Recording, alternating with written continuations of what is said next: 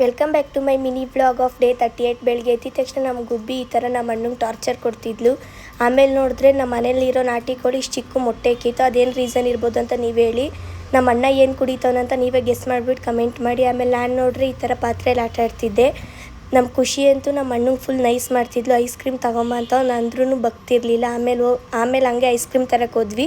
ಅಲ್ಲಿ ಬ್ಯಾನರಲ್ಲಿ ನೋಡ್ರೆ ನಮ್ಮ ಮಾಮ ಮತ್ತು ನಮ್ಮ ಅಣ್ಣ ಇದ್ದರು ನಮ್ಮೂರು ಜಾತ್ರೆ ಬ್ಯಾನರಲ್ಲಿ.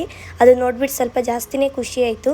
ಆಮೇಲೆ ಹೋಗ್ಬಿಟ್ಟು ಐಸ್ ಕ್ರೀಮ್ ತಂದ್ವಿ. ಫೈನಲ್ ಐಸ್ ಕ್ರೀಮ್ ತಂದುಕೊಟ್ಟಾದ್ಮೇಲೆ ನಾನು ಮತ್ತು ನಮ್ಮ ಅಣ್ಣ ಬೆಂಗಳೂರಿಗೆ ಹೊರಟ್ವಿ. ನೋಡಿದ್ರೆ ನಮ್ಮ ಅಣ್ಣ ಇಷ್ಟು ಸ್ಪೀಡಾಗಿ ಗಾಡಿ ಓಡಿಸ್ತಿದ್ದ. ಫುಲ್ಲು ಎದ್ರುಕೊಂಡು ಕೂತ್ಕೊಂಡಿದ್ದೆ ನಾನಂತೂ. ಆಮೇಲೆ ಮನೆಗೆ ಬಂದರೆ ನಮ್ಮ ದೊಡ್ಡಮ್ಮ ಮನೆಗೆ ನಮ್ಮ ಅಕ್ಕನೂ ಬಂದಿದ್ಲು. ಅವಳು ಫುಲ್ ವರ್ಕ್ ಮಾಡ್ತಿದ್ಲು. ಫ್ಯಾಮಿಲಿ ಎಲ್ಲರೂ ಕೂತ್ಕೊಂಡು ನನ್ನ ವ್ಲಾಗ್ ನೋಡ್ತಿದ್ರು. ಏನೋ ಒಂಥರ ಜಾಸ್ತಿನೇ ಖುಷಿ ಆಯಿತು ನನಗೆ.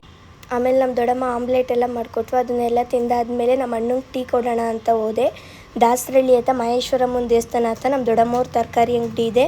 ತುಂಬ ಫ್ರೆಶ್ ಆಗಿರೋ ತರಕಾರಿ ಎಲ್ಲ ಸಿಗುತ್ತೆ. ನೀವು ಹೋಗ್ಬಿಟ್ಟು ವಿಸಿಟ್ ಮಾಡ್ಬೋದು.